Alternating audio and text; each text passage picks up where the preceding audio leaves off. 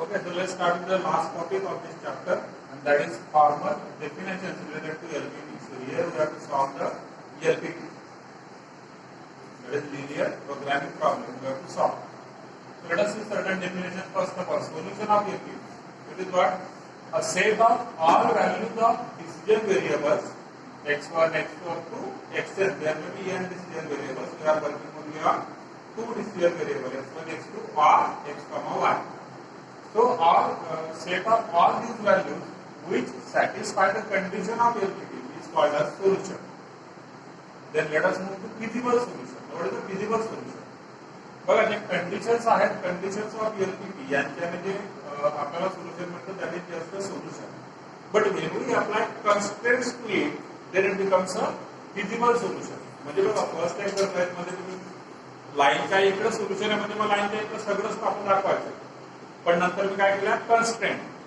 फक्त आपण या दोन लाईनच्या मधला इतकाच पोर्शन घ्यायला लागलो. पोर्शन आपला कमी झाला. That is feasible solution. A solution which satisfies the given constraint. Clear? That is feasible solution. अजून पुढे गेल्यानंतर आपल्याला मिळणार ऑप्टिमल फिजिबल सोल्युशन. आता हे ऑप्टिमल फिजिबल म्हणजे a feasible solution which optimizes म्हणजे परत आहे तर maximizes or minimizes the objective function as per requirement. So that is optimal feasible solution. Last, feasible region. The common region determined by all the constraints of LPP is feasible region. Now while solving methods of solution of LPP, there are two methods. One is graphical method, another one is simplex method. So according to our syllabus, we are having only graphical method. ठीक आहे, फक्त graphical method आहे. आता graphical method मध्ये सुद्धा आपण जी use करणार आहे ती आहे corner point method. There is another method which is called as त्याला आपण म्हटलं नाव नाही पण पॅरलल लाईन मेथड म्हणतो. म्हणजे आपण will be drawing parallel lines. एक पॅरलल लाईन्स आपण त्या ऑप्टिमल रिजन मध्ये म्हणजे या फिजिबल रिजन मध्ये ड्रॉ करत असतो and then we get the optimal feasible solution. एक that is parallel line method म्हणून तुम्ही लक्षात ठेवू शकता. जे आपण ग्राफ काढू त्यावेळेस मी तुम्हाला सांगितलं. But we are working on graphical method. Graphical method मध्ये दोन प्रकार आहेत परत. एक तर पॅरलल लाईन ड्रॉ करणे विच इज 100% ग्राफिकल. आणि ग्राफिकल म्हटल्यानंतर माहिती आहे आपण थोडंसं इकडे तिकडे सरकलं म्हणजे तुमच्या पेन्सिलचं जे टोक आहे ते जर का व्यवस्थित शार्प नसेल तर त्याच्याने लगेच 0.1 आणि 0.2 चा फरक तास असतो. हा नुसतं फक्त काय काय आपण बरोबरच केलं का आपण पेन्सिलचं टोकच जाडवतो. स्केलच ठेवताना स्केल सुद्धा स्केलची थिकनेस किती कोणी विचार केला काय त्यावर स्केलची थिकनेस किती आहे त्याच्यावर सुद्धा डिपेंड करतो. स्केलची थिकनेस किती ठीक. कारण जर का आणि म्हणून स्केल पाहिजे असेल अशी म्हणजे काही स्केल असतात ना तर भले थिकनेस तर पाहिजे स्केलला नंतर सेंटरला थिक असतील पण साईडला मात्र थीन असतात बारीक असतात. But the reason behind that एकदा स्केल ठेवल्यानंतर पेन्सिल आपण अशा पद्धतीने ड्रॉ करत असतो अशा पद्धतीने ऑपरेट करत असतो आणि पेन्सिलचं टोक असं निमुळतो असतो. आता इकडे किती थिकनेस वाढणार की त्या पेन्सिलला तितकं लांब करणार स्केल पासून. म्हणजे स्केल ठेवतो आपण इथं कुठं 0 वर आणि ती स्केल पेन्सिल टच केला तर थोडीशी इकडे जाते.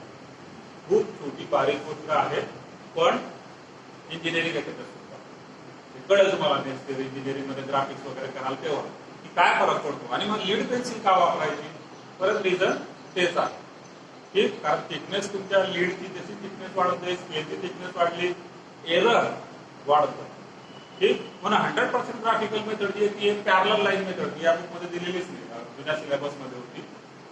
मी सांगू देईल तुम्हाला नेमकं काय मेथड आहे ती पण ती आपण तिथे यूज नाही करायचं जस्ट फॉर अंडरस्टँडिंग करता होता म्हणजे थेरॉटिकल. प्रॅक्टिकल मला प्रॉब्लेम सॉल्व्ह करताना मी यूज करणार आहे कॉर्नर पॉइंट मेथड. म्हणजे ग्राफिकल मध्ये आपण थोडंसं अल्जेब्रिकल सोल्युशन करणार आहे. Okay now there are two theorem. हे थेरम म्हणजे आपले जॉमेट्रीचे थेरम नाही याच्यामध्ये प्रूफ वगैरे काही टेन्शन नाही या ठिकाणी. सिंपल नोट म्हणून तुम्ही समजून घेऊ शकता. First theorem is the set of all feasible solutions of LPP is a convex set. Already काल मी तुम्हाला सांगितलंय की फिजिबल सोल्युशनचा जो सेट असतो it is always a convex set. It may be bounded it may be unbounded. म्हणून चॅप्टरच्या सुरुवातीला ते आलेलं होतं. नाहीतर आपण चॅप्टर सुरुवात केलं कॉन्वेक्स सेटवर काहीतरी आपण बघितलं आणि मग कुठे गेलं आपण त्याच्याबद्दल काही डिस्कसच केलं नाही. डिस्कस याच्या करता कारण तो फिजिबल सोल्युशनचा जो रिजन असतो it should be always convex state. It is always convex. Second term, the objective function of LPP attains its optimum, that is maximum or minimum value, at least at one of the vertices of convex polygon, and this is known as convex polygon theorem. म्हणजे जो आपण काल काढले ना OABC, OABCD, हे जे काय ABCDE हा जो कॉन्वेक्स पॉलिगॉन काढलेला आहे याच्या कुठल्या तरी वर्टेक्सला काय असणार आहे तुमचं ऑप्टिमल सोल्युशन. ठीक आहे, किंवा ऑप्टिमम व्हॅल्यू म्हणजे मॅक्सिमम असेल किंवा मिनिमम असेल पण ती असणार आहे त्या वर्टायसेसला. आता कॉन्व्हेक्स पॉलिगॉनचा वर्टेक्स म्हणजेच काय झाला तो कॉर्नर. समजा हे तुम्ही एक कॉन्व्हेक्स पॉलिगॉन आहे in the form of rectangle. ठीक, माझे वर्टायसेस कुठे आले कॉर्नरला म्हणजेच कॉर्नर पॉइंट. तर जितके कॉर्नर्स असतात त्या पॉइंटला आपण चेक करतो. सोल्युशन आपलं त्या कॉर्नर सोर्सच आहे. सोल्युशन कुठे आहे कॉर्नर. ठीक, कॉर्नर पॉइंट मतलब काय सांगते first convert all constant equation सगळे इक्वेशनला इक्वेशन मध्ये कन्वर्ट करतो exercise first. Second draw line in XY plane exercise first. Third locate common region indicated by constraints. Common region indicated by constraints second exercise मध्ये. ठीक आहे, that is called as feasible region. पुढे fourth find the vertices of feasible region. जो काय आपण मला वाटतं next exercise करणार त्याच्यामध्ये OABC ABCDE ते वर्टायसेस एकदा फाइंड आउट करायचे मला म्हणून मी त्या पॉइंटला नाव देत होतो OABCD वगैरे. ते वर्टायसेस सगळे लोकेट करायचे आणि सर्वात महत्त्वाचा जो नवीन पॉइंट या एक्सरसाइज साठी आहे तो म्हणजे हा पाचवा point. Without find out value of the objective function z at all of these corners किंवा at all of these vertices. या सगळ्या वर्टायसेसला आपल्याला काय करायचे आहे व्हॅल्यू ऑफ z आणि z is equal to what ते असतं आपण पाहिलं z is equal to 3x + 2y. बरं त्याला काय करायचं ते पण लिहिलं होतं आपण मॅक्सिमाइज मिनिमाइज असं लिहिलं होतं. मग त्या डिफरंट कॉर्नर्सला मे बी 3 कॉर्नर असतील. कमीत कमी किती कॉर्नर असू शकतात कमीत कमी किती कॉर्नर असू शकतात. We are talking about a polygon. Already word use केला ना आपण. काय वर्ड यूज केला पॉलिगॉन. पॉलिगॉनला नंबर ऑफ वर्टायसेस किती असतात minimum number of vertices of any polygon V है ना. दोन पॉलिगॉन तयार होणारच नाही की फक्त एक स्ट्रेट लाईन राहील. 3 झाल्यानंतर मग ट्रायंगल तयार होतो. Triangle is the smallest polygon. काहीतरी नवीन शिकलो आपण. अरे वा काही नवीन नाही आपण शिकलो हे पण ते आपल्या डोक्यात असं राहत नाही आणि त्याचा उपयोग आपण कसा करायचा काय करायचं ते आपण थोडं विसरायला होतो. सगळ्यात simple triangle is the smallest polygon म्हणजे 3 वर्टायसेस मिनिमम असणारच आहे. 4 असू शकतात 5 असू शकतात. 5च्या पुढे काही झाला नको बघू आपण एक्झरसाइज. ठीक आहे, तर या पद्धतीने आहे. तर मी काय स्टार्ट विथ द एक्झरसाइज. कोणाला काही डाऊट असेल त्याच्यामध्ये क्लिअर आहे.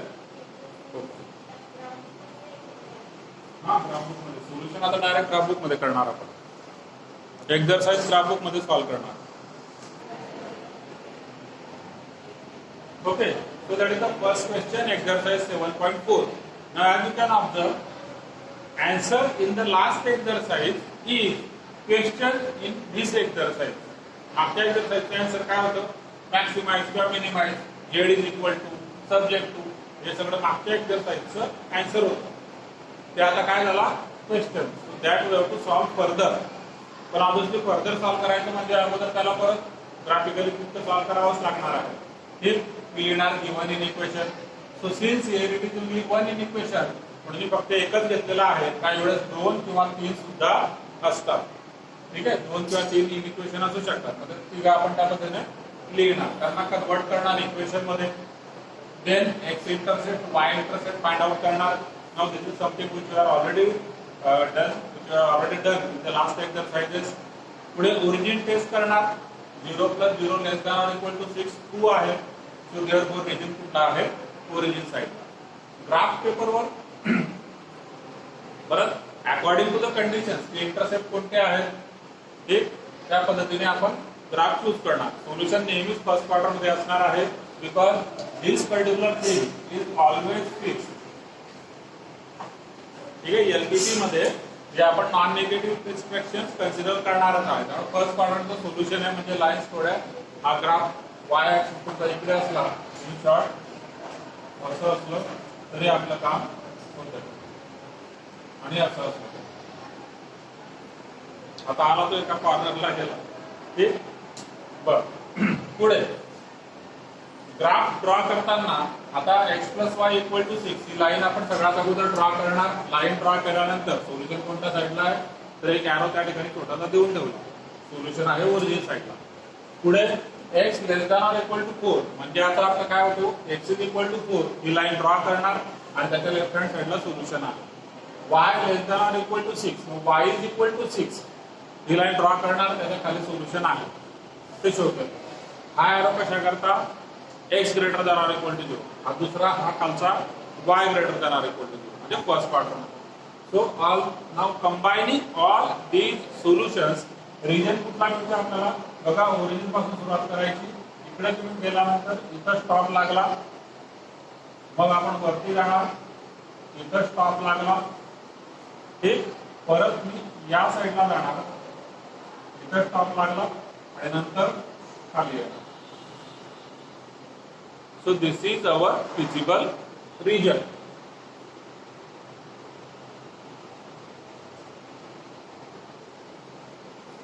पॉइंट्सला नाव देणार O. आता फक्त नाव नाही द्यायचे मला त्यांचे व्हर्टायसेस पण काढायचे. ठीक आहे. तर O म्हणजे 0,0 हा पॉइंट इथला याला मी नाव दिलं A. त्याचे कोऑर्डिनेट आहेत 4,0.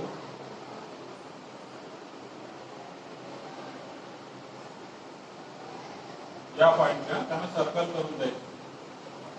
A चे coordinate 4,0. Now there is this intersecting point. आता इकडे लक्ष द्यायचं सर्वांनी. गडबड करायची नाही कारण पुढचे क्वेश्चन तुम्हाला सॉल्व्ह करायचे त्यामुळे समजून घेणे जास्त महत्त्वाचं आहे. हा जो इंटरसेक्टिंग पॉइंट आहे या केसमध्ये ठीक आहे. या केसमध्ये ग्राफिकली बघा किती येतोय तो 4,2. बर.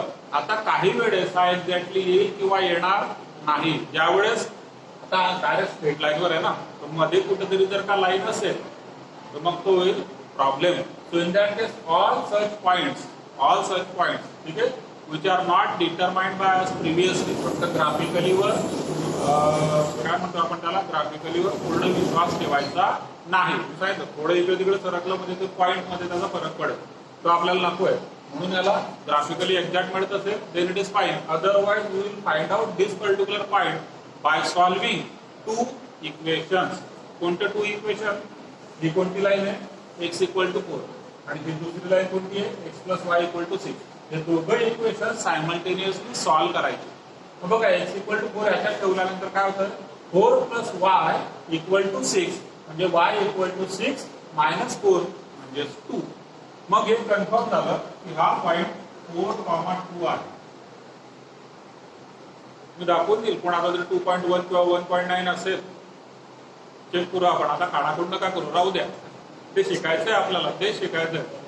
येत असेल तर चांगली गोष्ट आनंदाची गोष्ट आहे. 1.9 आणि 2.1 नको बरं का. 2 म्हणजे 2च पाहिजे मग हा 4,2 असू शकतो. ठीक आहे. मग ते टाळण्यासाठी म्हणून आपण हे दोघं इक्वेशन काय करतो सायमल्टेनियसली सॉल्व्ह करतो. चला पुढचा पॉइंट याला नाव द्यायचं राहील नामकरण विधी बी. पुढचा point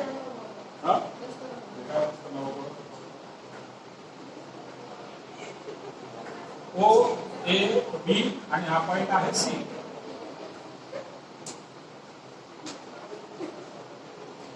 this is point C. ठीक. आता याचे कोऑर्डिनेट काय आहे तर याच्याकरता मला परत इंटरसेक्शन चेक करायची गरज नाही. सोल्युशन ऑफ 2 लिनियर इक्वेशन ते करण्याची गरज नाही कारण सरळ सरळ हा पॉइंट आपणच फाइंड आउट केलेला आहे कुठं या ठिकाणी. ठीक आहे. आणि हे तर माहितीच आहे की ओरिजिनची लाईन आहे त्यामुळे याच्यात काही डाऊट नसणार. तो पॉइंट असणार आहे 0,6. ठीक. आता हे बघा O A B आणि C मध्ये मला कन्फर्म कोणता करायचा आहे पॉइंट फक्त C. आता सॉरी हा B हा ऑलवेज कन्फर्म करायचा. The point which is the solution of 2 different linear equations किंवा सोल्युशन म्हणजे इंटरसेक्शन त्या दोघांचा फाइंड आउट करून घ्यायचं. ओरिजिन माहिती होता, हा सुद्धा माहिती होऊन जाईल इझिली, हा इझिली माहिती होतो, हा फाइंड आउट करायचा. ठीक, कारण हा सोपा क्वेश्चन आहे, फर्स्ट क्वेश्चन आहे म्हणून पुढे अशा लाईन येतील की ते अशा ठिकाणी जातील की तुम्ही 2.4 आहे का 2.3 आहे बघू शकणार नाही, मग त्या केसमध्ये सॉल्व्ह करून घ्यायचं.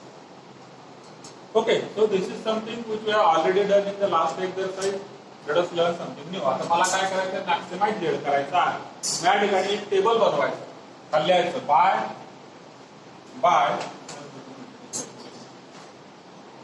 Bye corner point method, by corner point method. इथं मी लिहितो पॉइंट्स आणि इकडे लिहितो झेड इज इक्वल टू किती आहे 11x प्लस 8y. पॉइंट चे नाव द्या. पहिला पॉइंट O 0,0 पुढे, दुसरा पॉइंट A 4,0 पुढे, तिसरा पॉइंट B 4,2 पुढे, चौथा point C 0,6. Now we have to find out value of Z at these all the 4 points. या ठिकाणी किती येणार, Z is equal to 0 plus 0 म्हणजे 0. इथं Z is equal to 11 4 जा 44 plus 0 म्हणजे 44. इथं Z is equal to 11 4 जा 44 plus 2 8 जा 16. इथं Z is equal to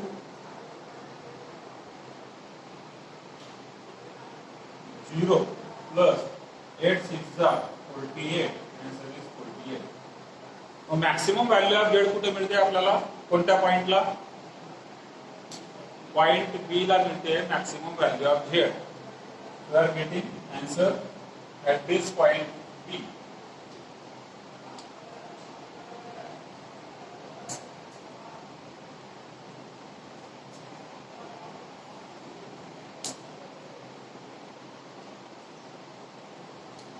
answer कसं लिहिणार, खाली लिहिणार therefore Z max, Z max म्हणजे maximum Z equal to how much 60. कुठं, at 4,2.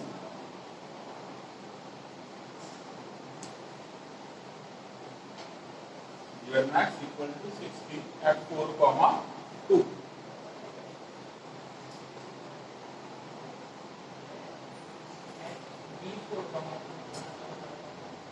B at B 4,2.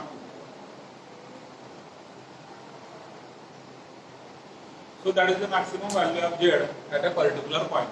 Clear आहे. म्हणजे नवीन पार्ट काय आला याच्यामध्ये, फक्त हा पार्ट नवीन आला.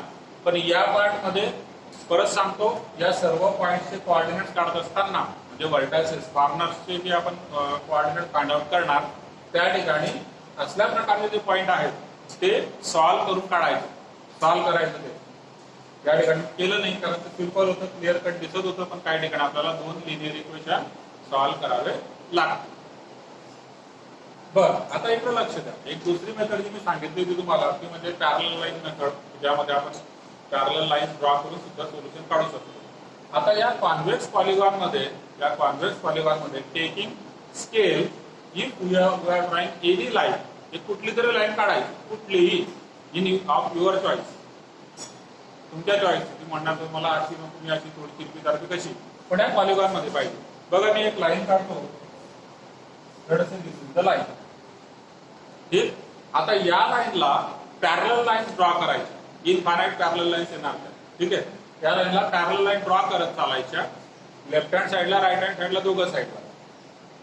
बघा इथं इथपर्यंत आल्या. तर याच्या खाली काही येणार नाही, कारण याच्या खाली जर का मी पॅरलल लाईन काढली तर ती सोल्युशनच्या बाहेर जाते. मला या सोल्युशन मध्येच असणाऱ्या पॅरलल म्हणजे या कॉन्व्हेक्स पॉलिगॉन मधून पास होणाऱ्या, मी जी काय फर्स्ट लाईन घेतली होती त्या लाईनला सगळ्या पॅरलल लाईन ड्रॉ करायच्या. 2 झाल्या, तिसरी, चौथी, पाचवी, सहावी. ठीक आहे, या पद्धतीने.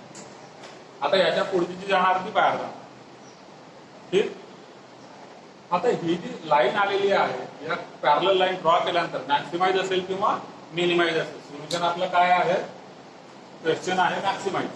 मॅक्सिमाइज जर असेल तर अप्पर साईडला सोल्युशन म्हणजे वरच्या साईडची पॅरलल लाईन मला बघायची आहे, आणि मिनिमाइज असेल तर सगळ्यात खालच्या साईडची लाईन मला बघायची आहे. आता सगळ्यात वरच्या साईडची लाईन म्हणजे ही लाईन, ठीक आहे, दिस इज अप्पर लाईन, आणि याला मी म्हणतो lower line. covering the whole convex polygon, covering the whole convex polygon. Lower साईडची लाईन ही अप्पर साईडची लाईन. ही जी लोअर साईडची लाईन ज्या एका पॉइंटला टच करून नंतर पुढे मात्र ते आता सोल्युशन मध्ये येणार आहे का, पुढची लाईन नाही येणार. कितीही जवळ तुम्ही काढली तरी ती आता सोल्युशन मध्ये येणार नाहीये, की त्याच्या बाहेर जाणार. सो हे काय जनरेट करतं, ही जनरेट्स मिनिमम व्हॅल्यू ऑफ जी. ती कुठे मिळते बघा, या पॉइंटला मिळते मिनिमम व्हॅल्यू ऑफ जेड. खोटं वाटतं तुम्हाला, बघा. What is the minimum value of Z? It is 0. It is 0 which is achieved at the point 0 0 या पॉइंट. आणि त्याची मॅक्सिमम कुठे मिळेल, एक अशी लाईन की जी एकदा सिंगल पॉइंटला टच करून म्हणजे याला निघून जाईल आणि याच्या पुढची लाईन मात्र आता पॉलिगॉन मध्ये येणार नाहीये. मग ते कुठे मिळतंय, या पॉइंट. तो हा काय देणार आपल्याला, मॅक्सिमाइज व्हॅल्यू. हा point 4 common, that is parallel line method. ठीक आहे. पण मग त्याच्यात थोडंसं इकडे तिकडे जर का लाईन जर का प्रॉपर पॅरलल नसल्या तर आन्सर चुकणार. पॅरलल लाईन ड्रॉ करणे हा एक सेपरेट ग्राफिक्स मधला टॉपिक आहे. तुम्ही ड्रॉ केलेला असणार आहे पॅरलल लाईन, ठीक आहे. आपण फक्त असं करतो. त्याला रुलर ला, ज्यांच्याकडे लहान मोठे भाऊ, लहान नाही मोठे भाऊ जर इंजिनिअरिंगला असतील त्यांनी रुलर बघितला असेल किंवा ड्राफ्टर बघितला असेल, त्याच्याने पॅरलल लाईन ड्रॉ करतात. पॅरलल लाईन जर का चुकल्या तर मग सोल्युशन तुमचं ऑब्विसली रॉंग होणार. ठीक आहे. चला, सो ती मेथड सुद्धा मी तुम्हाला सांगितली. माझं काम संपलं.